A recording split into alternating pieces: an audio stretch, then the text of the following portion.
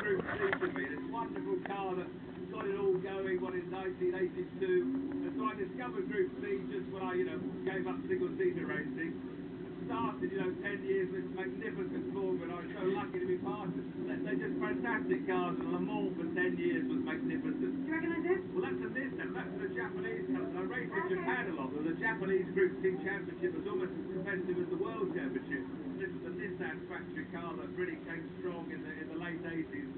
What about classic? I mean, look up ahead there. There's a classic British car. Just to say, the Jaguar. Wait a minute. This goes too far. This is not to be a real Group C car. In 1991, Bernie Eccleston, jealous of how popular Group C was with the manufacturers, introduced a new 3.5-litre formula, hoping to get the manufacturers to build 3.5-litre engines for Formula 1. So behind is Group C, and in front is Bernie's Formula that ruined it all. Time now to join Jonathan and Charles for the best of the Group C endurance race.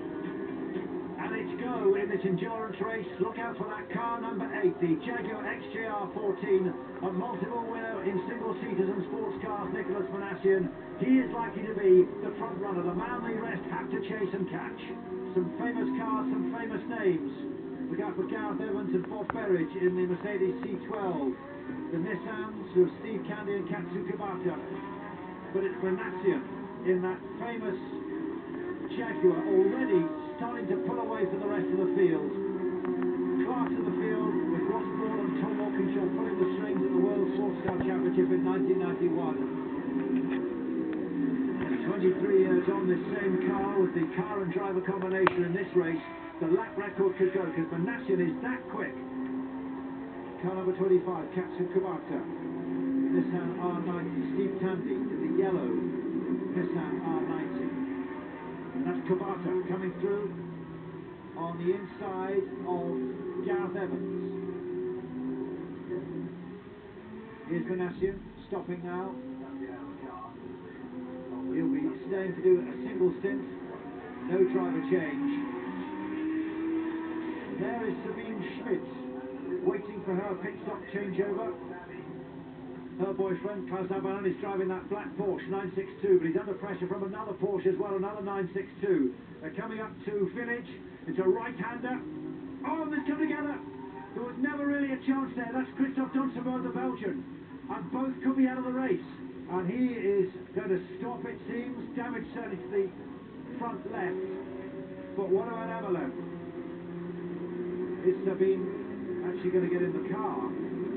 She's queen of the Nürburgring, and she put Jeremy Clarkson in his place. But is she going to have her place in the sunshine at Silverstone? Because that car, that Porsche, is not looking good, and she's looking concerned. Let's see it again. That seemed an impossible dive down the inside by the Belgians there. Christophe Donsenberg. There was not a way through. And that doesn't seem like a man in a hurry, does it? The hand signals suggest it's all over.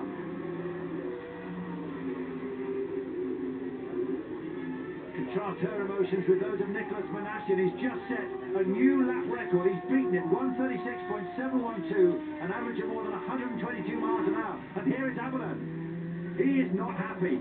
He wants a bit of action, and it's not involving a car. He wants to have a word with Christophe Donsenberg, you'd have thought. It's a race over, a race ruined, and a day spoiled.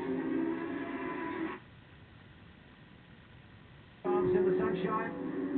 Here's Katsu Kubota, and he's slowing. And he's losing second place. And that confirms in that puff of smoke, that car is not good. And here comes Manassian. Absolutely cream of the crop, class of the field. Manassian comes through and wins by a country mile. And here's the evidence. Jaguar out in front. Gareth Evans second for the Mercedes and Steve Tandy third. But that's not the main talking point. You look a little bit angry about the crash. I am angry. And I hope this guy comes and excuses himself, otherwise I'm going to meet him. And as you said, you're angry because you didn't even get to go out and play, did you? Yeah, I was there prepared with my little seat, and I couldn't wait to get into the car, and then he came, and one tire was thought, oh, that sounds like a racing car. Okay, took my helmet off. So basically, your boyfriend went to play with the toy and he broke it. Next time I'm gonna do this car, then I have some fun as well. Time for the Super Touring Car Trophy and the 1992 British Touring Car Champion, Tim Harvey, right again. So what's it like getting back in the car? Well, the car I'm driving, an RS500, last of the Group A cars, classic car. I haven't driven the car for 23 years. It's an absolute time warp because the car is identical to when I stepped out of it, literally at the last race here in 1990. And I have to say, you know, as a child, the smells and things that you remember, it all came flooding back as soon as I pressed the starter button, and it's absolutely fantastic. So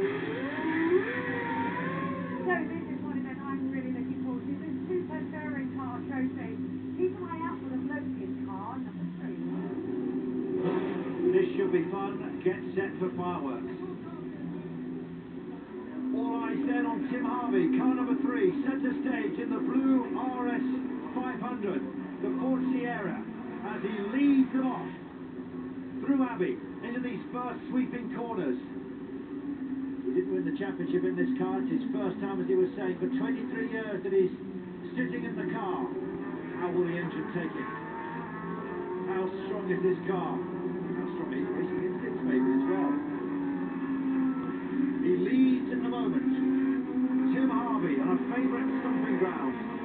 But there are plenty of cars waiting to gobble him up to cause him problems.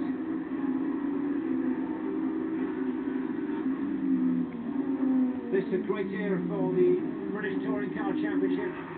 Ford there, that's not so special for the Jaguar XJS, that's Richard Masters, number 31. Still the way forward, pointed by Tim Harvey, chased by Patrick Watts in the Peugeot 406. Neil Smith just behind in the Alpha. Oh, and he's had to slow down, and that's why. And off goes Watts, and that's a mighty incident. A big impact at 100 miles an hour or so. You hope Patrick Watts is all right. The car is clearly going to need a lot of repairs. But out on track at the moment, Tim Harvey's got his hands full of Neil Smith, who's coming down on the inside, and he's taken Harvey. No real response, unable to respond really. And Neil Smith takes the lead now, and Harvey could just begin to drop back into the clutches of Stuart White in the Honda Accord. There is Patrick Watts. A relief to see him move away, and he can continue to watch this race as Harvey now is falling into the hands of Stuart White in the Honda Accord, and Frank Raffle in the Vauxhall Cavalier just behind as well. Past he goes, Stuart White. Now sizing up a move on Neil Smith. Tim Harvey dropping back. Stuart White is really wringing the neck of this Honda. And it can't be too long before Frank Raffle's right behind Tim Harvey. Giving it low around that corner. Raffle almost going off. Oh no, but Powell's got off there. The Ford Mondeo. Under braking, got it wrong. Damage to the rear of the car as well. Frank Raffle now giving chase. Coming out of Chapel, down the hanger straight. Tim Harvey falling into the clutches of a current BTCC star, and now he'd like to overtake a current BTCC commentator perhaps. Show the old fox a few tricks, and he's through on the inside, and it's as if almost Tim Harvey realises that his car just doesn't have what it takes. Discretion the better part of Fowler. It could still be a podium as Frank Raffle looks as if he's pushing for maybe even a victory, depending on what happens up ahead between Stuart White and Neil Smith. And here the two are. And look at the ground that White's made up on Smith. Honda now chasing after him, coming through on the inside. And he's got it as well. Great performance there. But back comes Smith. This is top stuff from the touring car race. And still Frank Raffle is on the charge as well. Smith, though, will not give up. Can he find a way past? White will be wary. Smith, though, will be ready as well. Tim Harvey continues almost on his own now, really, in 4th place at the moment. But these two are still at it. Bodywork maybe swinging from the rear of White's Honda. And Neil Smith will try to extract every last drop of performance. Down the Wellington Straight. There's Brooklands up ahead. The Alpha's diving through the inside of the Honda. And he's got it all wrong. He was turning even before he managed to get to the corner. Both cars are off. Now, can either of them get back on, or both of them even?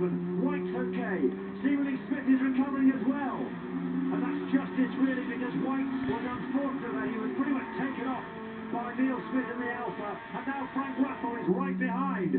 He was turning, wasn't he, before he got to Brooklands. He collected White, who moved quickly to reassert himself and continue in the race. So Stuart White continues to lead from Neil Smith, and White's gone off again. White's gone off of his own accord. And the Alpha now is through into the lead with Frank Raffle just behind. And now Raffle has a chance of winning this race. Extraordinary. Stuart White is out of the race. Neil Smith, though, can take this to the finish.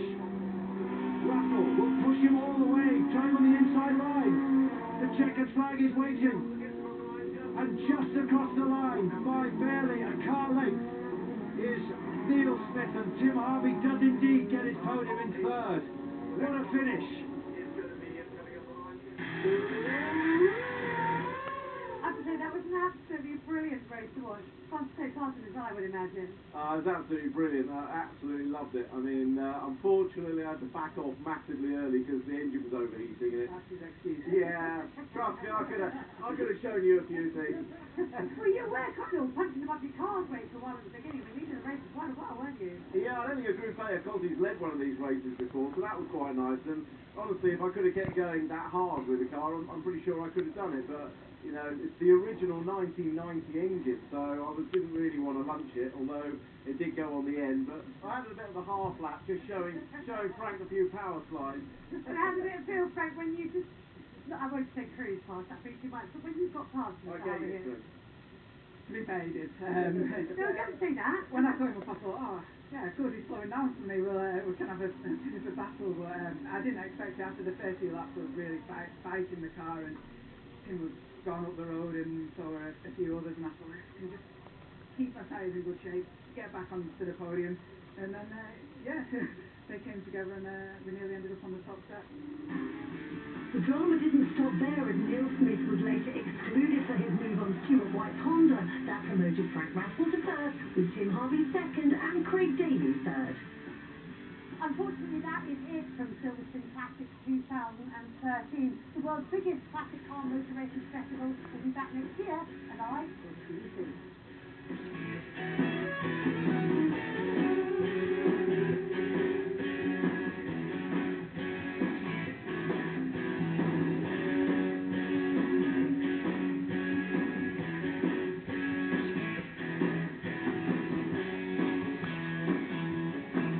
Week 2 Great Europa League football matches tomorrow, starting with